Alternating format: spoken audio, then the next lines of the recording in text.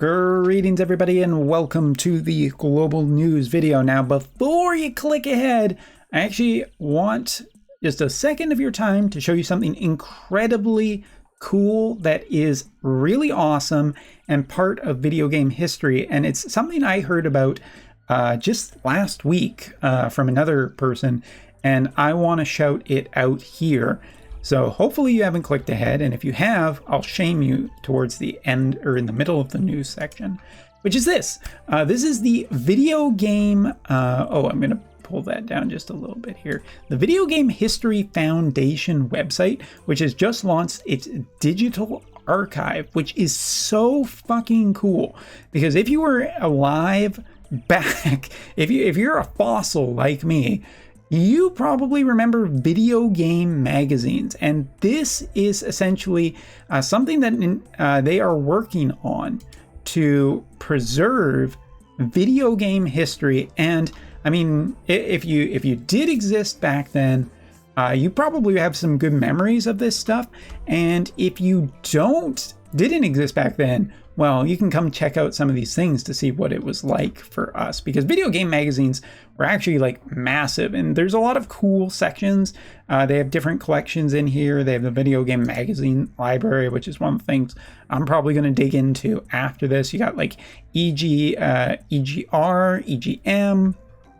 I want to say that there's Nintendo Power in here somewhere.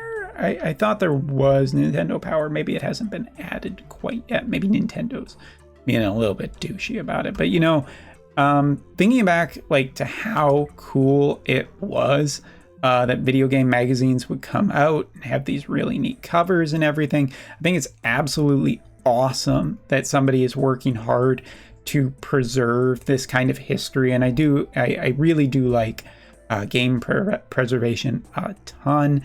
And this is just really, really neat. You can actually like view the documents. You can see all the kind of information about it. Hopefully I'm not getting in too much trouble by showing this off, but it is just such a cool thing.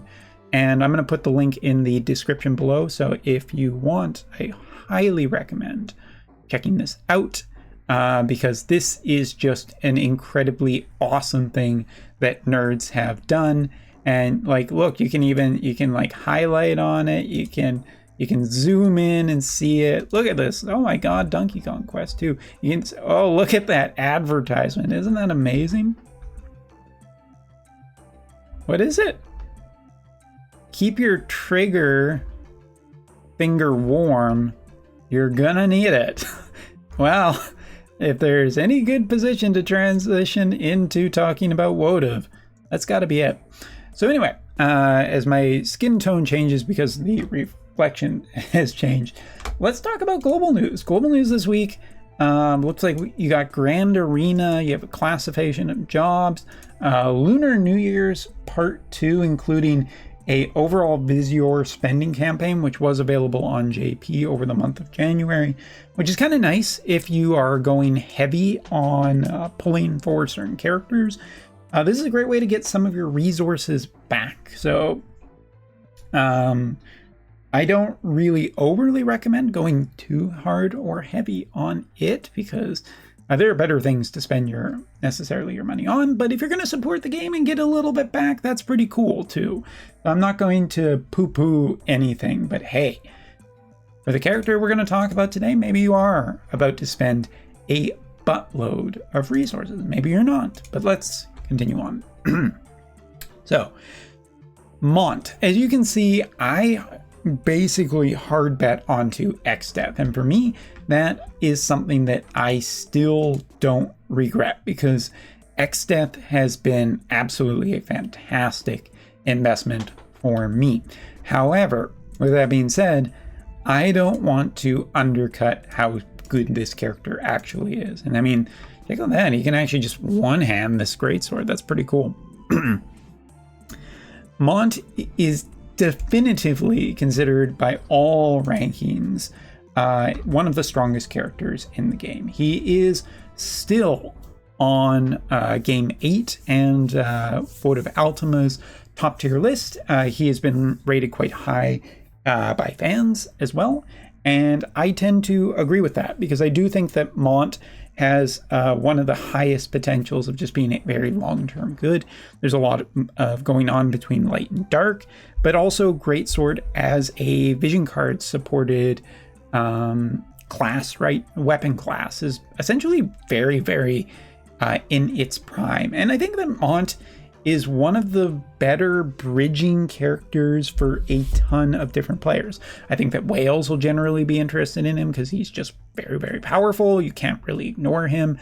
And I mean, he's the main character of the game. You would expect as much from it. So I think that Mont does quite well there. But I think that in terms of like a lot of permanent edition characters, Mont fits into a ton of teams right now, and that's being supported by a lot of the new vision cards that are coming out.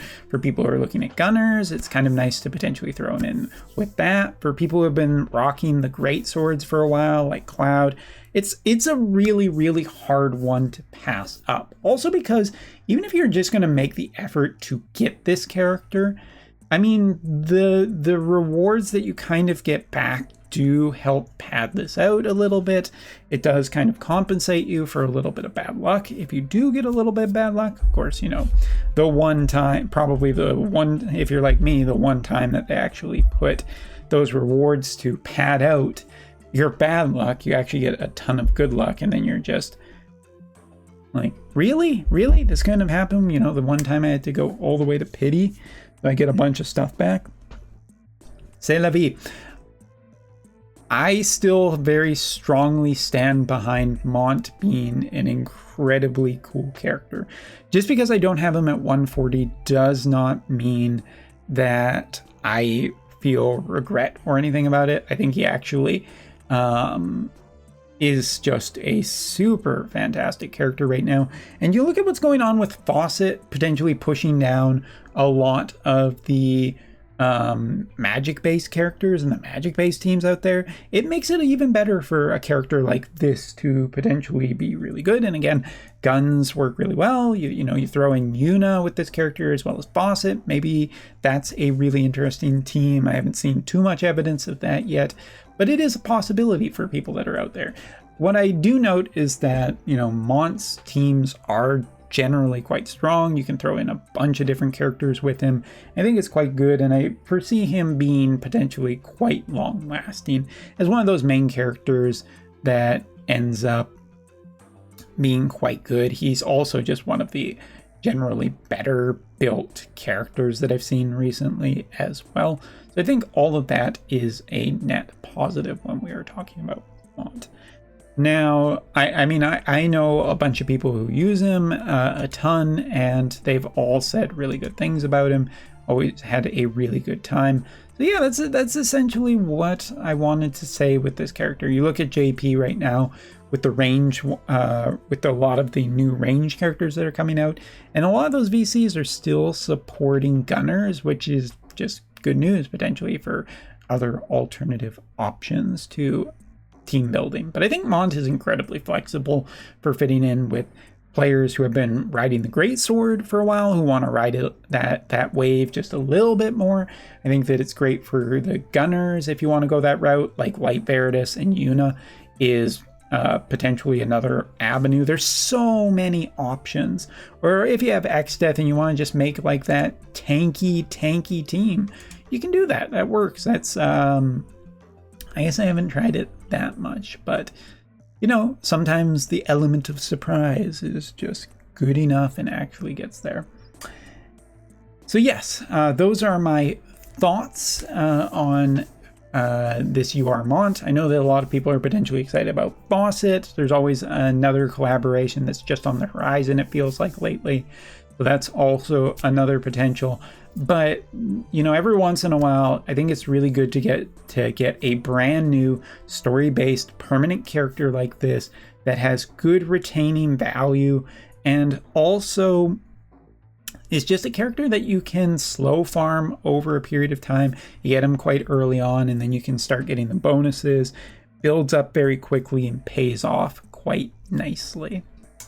But that is everything that I wanted to say about that. So Let me know in the comments below what you think about this character, about the potential bonuses, or hell, even the video game magazines.